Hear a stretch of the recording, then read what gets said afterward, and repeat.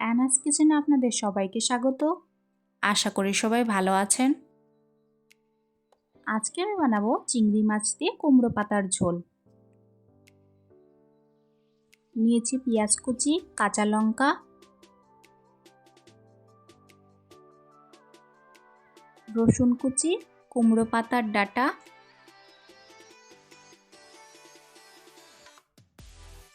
ও কুমড়ো পাতা।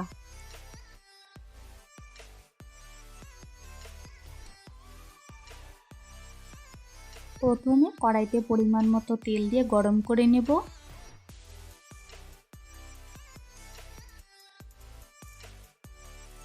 একটি বড় সাইজের পেঁয়াজ কুচি দিয়ে দিলাম। পেঁয়াজ হালকা করে ভেজে নেব।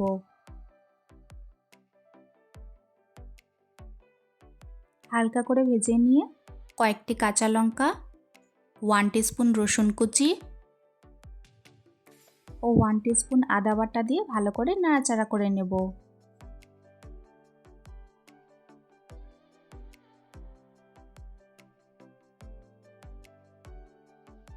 এক মিনিট মতন ভেজে নিয়ে 200 গ্রাম চিংড়ি মাছ দিয়ে দিব।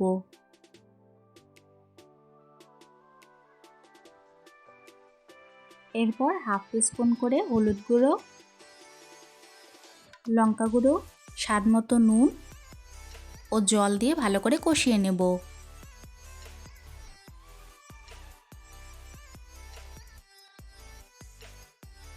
এই সময় কেটে রাখা ডাঁটাগুলো ছেড়ে দিব, তাহলে সেদ্ধ হয়ে যাবে।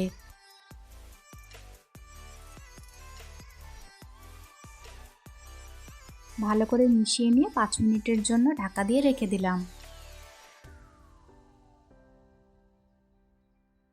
মশলা থেকে তেল ছেড়ে এসেছে। এই সময় কুমড়ো পাতাগুলো দিয়ে দিব।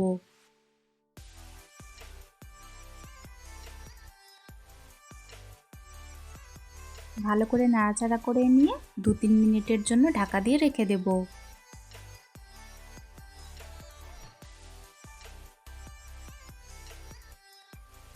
ভালো করে জলটা শুকিয়ে নিতে হবে।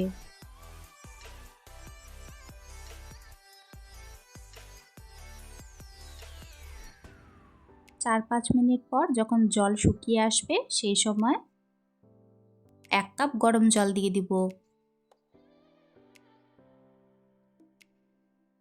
আজকের রেসিপিটা যদি আপনাদের ভালো লাগে, আমার চ্যানেলটিকে লাইক, শেয়ার, সাবস্ক্রাইব করে আমার পাশে থাকবেন।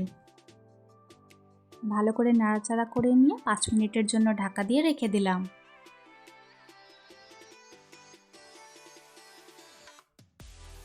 পাঁচ মিনিট পর সবকিছু ভালো মতো সেদ্ধ হয়ে গেছে।